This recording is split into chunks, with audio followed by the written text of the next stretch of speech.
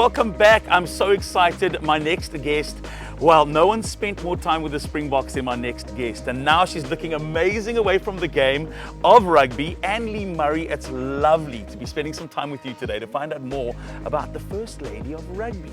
The book is available in stores. Go and get the book. It is incredible. Masterfully written by our friend Mark Johan. But importantly, I want to find out more about your time with the Springboks, because no one's won more medals with the Springboks than Annelee Murray. And also get your thoughts on this. When we think of the Springboks, we think of powerful, we think of, this incredible force that is the Springboks. This is a Jaguar SVR, Annelee. Wow. 5 litres. Beautiful. V8 engine, over 400 kilowatts of power. It's a lot of car. We've got a lot to catch up on. Let's get in the car and find out more. Look forward to it. Thanks. Thanks.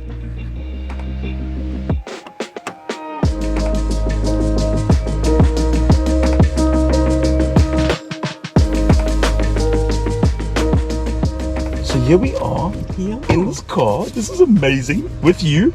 And it's so lucky to see you in life after rugby, because you've had probably one of the busiest diaries of any human on earth. There's really no time off. When the time comes to get a bit of a break, you're preparing. You're always in preparation for the next tour, the next Springbok encounter. There was always something that kept you busy, and the hours were the most abnormal hours, I think, that anyone could keep. Yeah, I think the job was, pretty much 24/7 when it was on. Yes. Yeah. Let's talk take you back to the very beginning. Yeah. Where did the love and passion for rugby come from?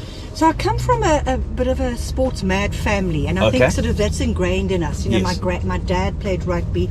My grandfather sat on the SA Rugby board with Dr. Donnie Craven in those early days. Yes. My mom played hockey, and we sort of pretty much we grew up on a farm, wonderful living on a farm, and sport was a big part of our lives. We used to go and play cricket and watch my dad play, and rugby and hockey, and so sport was always, and they always took us to events and to nice sporting events, and I think that's sort of where my love for sport really grew. Okay.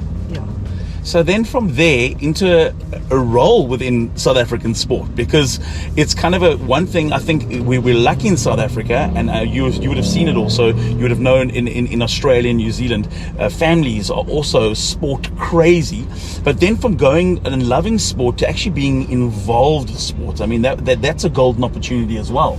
How did that opportunity come about? Yeah, absolutely. I think the job. Actually, there wasn't really a job like mine when I started, and Harry Viljoen kind of created this job, which was needed, which was needed, and it sort of really grew from there. Yes. And after that, I worked with 7 coaches. 7 coaches and 21 captains. That is unbelievable. Yeah. Obviously, there's plenty of incredible stories, and it'll be very selfish to say, to single one out. But you must have some incredible highlights and good memories. Yeah, there are just so many, and that's just so wonderful. Now, my post rugby, when I sort of sit and reflect, and I think that's why this book was so cathartic and nice for me, and it was finishing a chapter, because I didn't finish because I had to. I finished because it was the time. I'd been there, I'd achieved everything that I wanted, won 2 Rugby World Cups, been with the team for a long time, won a British and Irish Lions tour, rugby championship. So and when I sit back and I often reflect on different what we were doing, and something comes up on my memories, and I think, that was such a fun thing. Remember that in Italy, and it really gave me an opportunity. I love sport, I love travel, and I love eating. Yes, I love you could do all of those things. I'm a real foodie, and I could do all of them together. So getting to see the world, albeit working, was also such a highlight. But I think it's really the people that you connected, that are people that I connected with, and the people that I still keep in touch with.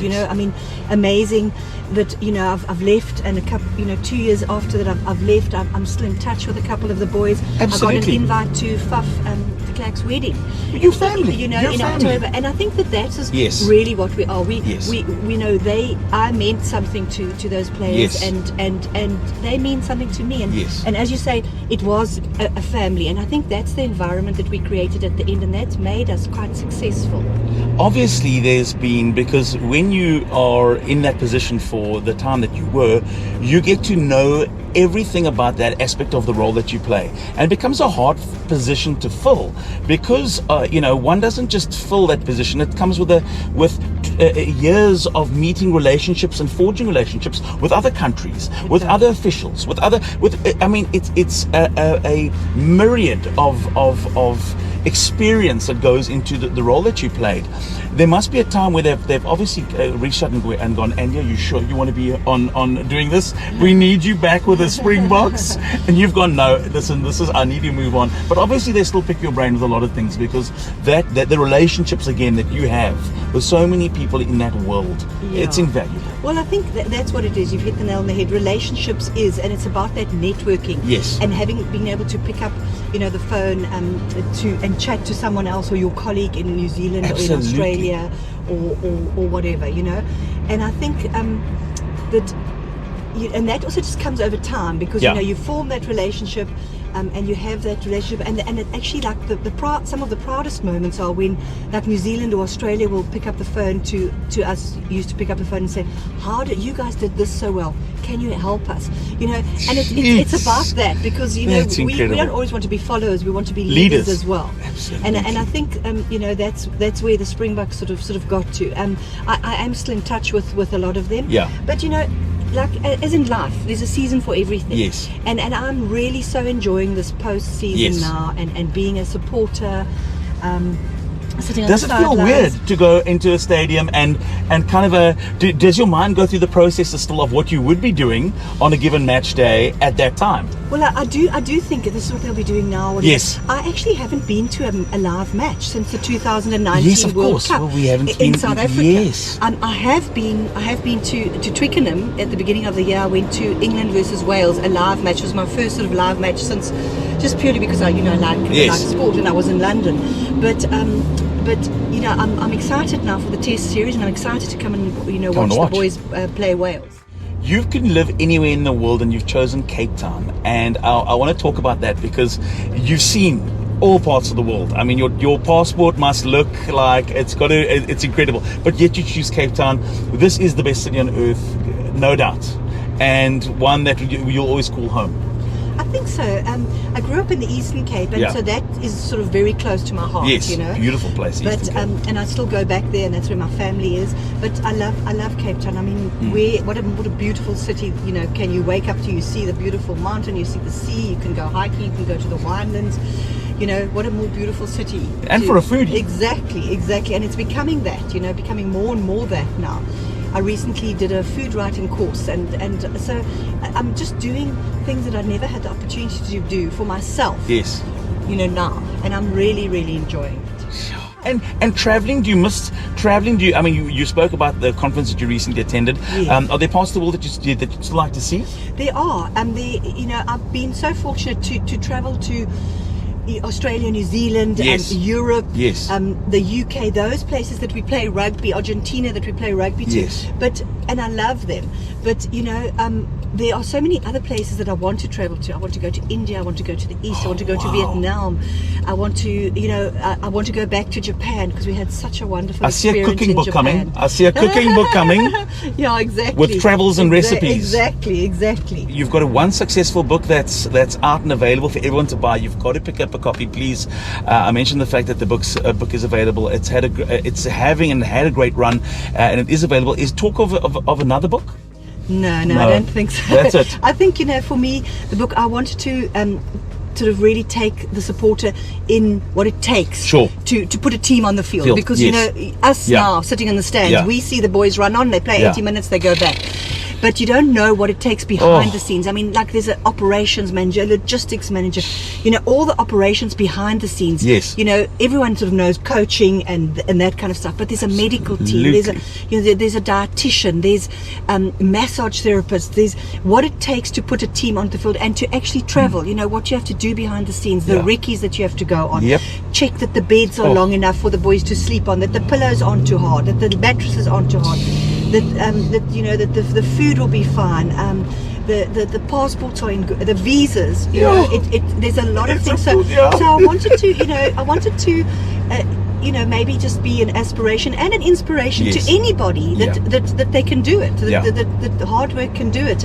And you know, I got an opportunity and I got a chance. I took it with both hands, and you know, now I think it's someone else's turn to do that. Oh, listen, you've been and you still are an inspiration, I think, to everybody. I've personally seen the lives outside of rugby that you've touched and that you're a part of, and the families that you're a part of, and the family that you will always be a part of. You, like I said, a massive inspiration, and it's been so refreshing. I want to ask you, before we say goodbye, what do you think? Thoughts on the car?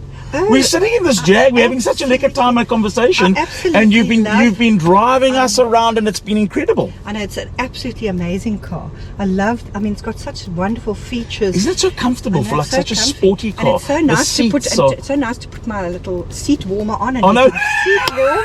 That's a win in this Cape Town winter. Absolutely. And yeah, it's absolutely amazing car. I love it. This is a really nice car, and I'm glad that, I mean, like I said, it suits you. It really is, you know, it's this dynamite that comes in this package, and it's a complete package, and this is why I couldn't have found a better person to be in it. This car is absolutely amazing. Annelee Murray, go and buy the book, ladies and gents. It's still out. Our friend Mark Johan, who's an absolute nutter. You want to talk about a sport nut? Yeah. There's a rugby sport nut for you right there. But also I mean, he's a football. I see he's mad football fan. I'm also a football fan, but I'm a Chelsea fan. Oh, you're a Chelsea fan? Yes. So they've just sold the club, you see? I know. Wow. This is very special to be in a car with the first lady of Springbok Rugby. And not only that, just one hell of a lekker human being. Rate, review, leave your comments. Thanks for watching.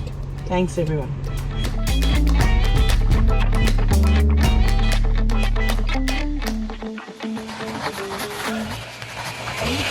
Wow.